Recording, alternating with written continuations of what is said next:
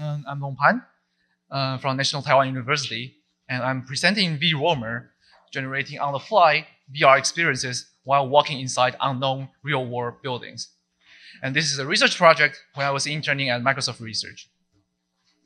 And here's how VRoamer works. And this is me. I'm in the atrium, and I put on the headset and immerse myself into a virtual dungeon experience. And I walk towards the virtual door and open it. And while I'm walking, VRoamer keeps track of my physical surroundings in real time without any prior scanning, and generates the next scene based on the availability of the space on the fly. We built VRoamer to enable users to experience VR in a completely uncontrolled large environment. And we think office buildings provide large and safe spaces to support this. Right. So VR has come through a long way. There was an era that VR was only possible at labs. And recently, VR has finally been brought to a level that everyone can use it at home. So many people expect that the next step is to make VR everywhere. And the recent VR devices have evolved in this direction too. And these devices employ the inside-out tracking to unleash VR experiences from limited tracking volume. So VR has gone from limited space to unlimited space. However, in the past, although the space was limited, it was under the system's control. The space was usually empty or pre-scanned to ensure the availability of the space. And when it comes to the unlimited space, the major problem is that it is not completely under the system's control. This makes deploying VR experiences difficult, as the user may encounter dangers in this uncontrolled environment. So in the past, researchers have tried several ways to simulate unlimited space in a limited space, such as the treadmill here. And researchers also proposed redirection techniques, which subtly alter the user's visual orientation to change the walking path and bring the user back in place. And instead of exploiting humans' perception of orientation, impossible spaces exploit the perception of space. And this overlapping architecture allows users to experience two rooms while they are sharing the same space in the same room. And researchers also proposed a way to procedurally generate this kind of overlapping architecture in an empty space. But we don't always have empty space at home. We usually have chairs and tables around us. So researchers then investigate how to seamlessly bring the real objects into the virtual world, or just procedurally generate the virtual world based on the geometry of the real world. And these approaches control the physical environments that are either completely empty or pre-scanned to capture static objects such as chairs or tables. And with VRoamer, our goal is to take VR experiences to uncontrolled spaces. And VRoamer does this by sensing the physical surroundings in real time and procedurally generate virtual environments based on the newly discovered physical areas. And here's the VRoamer setup. We used a depth camera mounted on a mixed reality headset as our inside-out tracking solution, and a backpack computer for free walking. So as the user moves, the system sees more and discovers new physical areas that can be used to generate the virtual environment. And the main challenges to generate virtual experiences are, first, maintaining the narrative of the virtual experience, and second, dynamically reflecting availability of the physical surroundings, and third, allowing exploration of previously unseen physical environments. So our first attempt is to generate generic virtual objects to feel the physical geometry that have been sensed so far. And this has the advantage of using, because these small objects are more flexible to animate, and because they are small, they can fit physical geometry better. And here are the example scenes that we made using VRoamer. And this is a lava world, and you can see the entire floors consist of small animated tiles.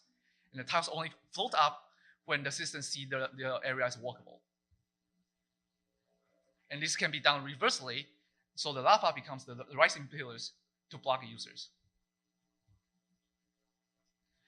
But the problem of these scenes is that although the generic objects fit the physical geometry better, they are unstructured. So which means they don't have a narrative. And in addition, they reveal how the real world looks like. And this decreases, or even worse, breaks the immersion. So in order to maintain the narrative, we generate rooms and corridors instead of just generic objects. And rooms and corridors are thematic and structured, which help immersing users into the experience. And let's take this narrative here as an example. The user walks in a virtual dungeon and reaches the room with a deep well to find a key. And by exploring deeper into the dungeon, the storm room appears and the user opens the chest in the storm room with the key. And here's how VRoamer generates the experience based on the narrative. And by the way, this is the top view of the building environment, and here's the user. And at each frame, VRoamer senses the real world in front of the user and keeps track of what have been seen so far. And based on the availability of the sensed area, VRoamer generates the first corridor at the start. And every wall that bounds to an open space is equipped with doors that lead the user to new parts of the dungeon. And as the user moves towards one of the doors, VRoamer senses the new area in front of the user and builds the new room. And this goes on and on. The system senses the new areas and builds the next rooms. But this time, there's not enough space for the throne room, so another corridor is generated. And as the user goes into the next corridor, VRoamer then finds a good space for the throne room and puts it behind the next door.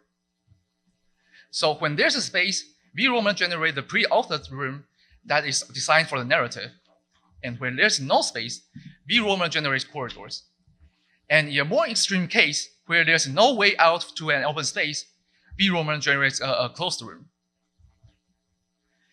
And while rooms and corridors support the narrative, they are static and may not fit the physical geometry well.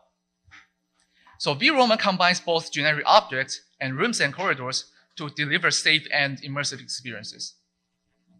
And here's an example. The user is walking with VRoamer and encounters a pedestrian that comes across the space in front of him.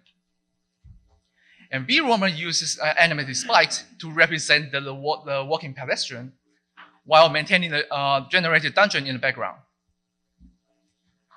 Right. So far I have introduced how VRoamer generates the virtual world, and which is the upper layer of the VRoamer system. And next I will go down to the sensing part. So VRoamer processes the depth image in GPU to achieve real-time performance. And here's the processing pipeline. And by the way, this is the point cloud from the raw depth image. So the depth image is filtered by the GPU accelerated bilateral filter to reduce noise. And to fill the gap in the point cloud, each point uses the height as a grayscale color and is rendered as a polygon with the adjacent points in the depth image using our shader. And the sharp polygons are filtered out to further reduce the noise from the depth image.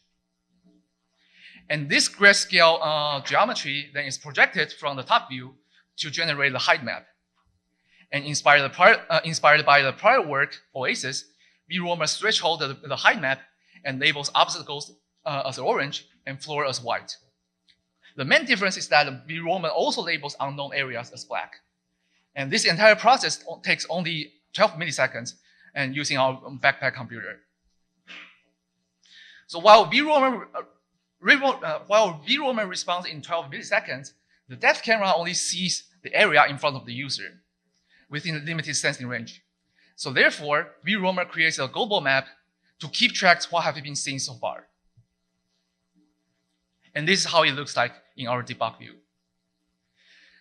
So VRoamer uses both the local map and the global map to generate objects.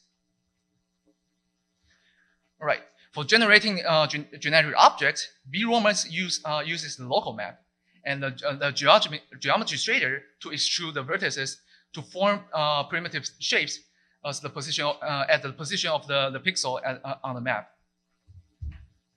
and such as the spikes here. And to generate rooms, VRoamer further analyzes the map.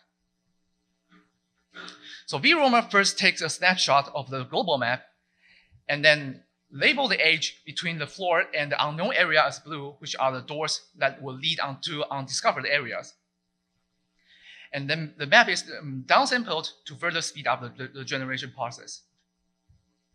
And VRoamer then checks if the pre-authored room can fit into the space by finding the largest rectangle in the map, and then places the room inside of the rectangle.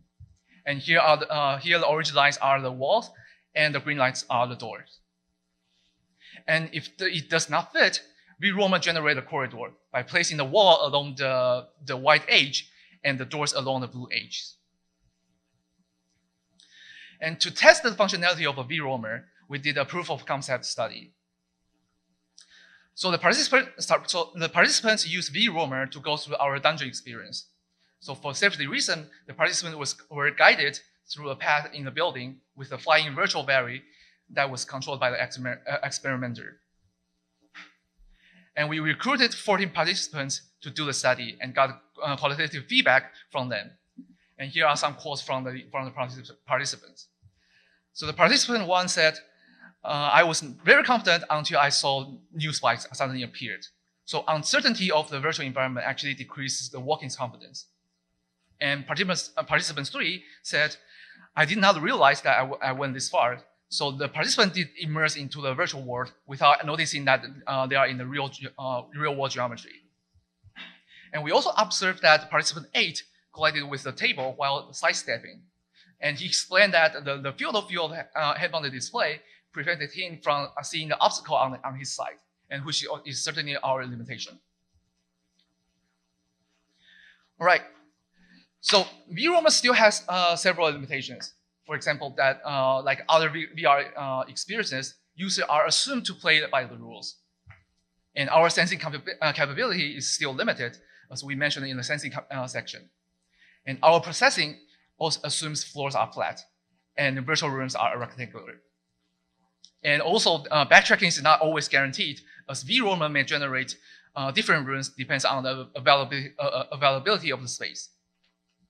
And in the future, we would like to investigate ways to overcome these limitations, as well as more mechanisms to represent dynamic objects and supporting entire game experiences. So I have presented VRoamer, a real-time system that allows VR experiences to deploy in unknown building environments. And with VRoamer, we take another step towards making VR everywhere. And that's the end of my talk. I'm happy to take questions.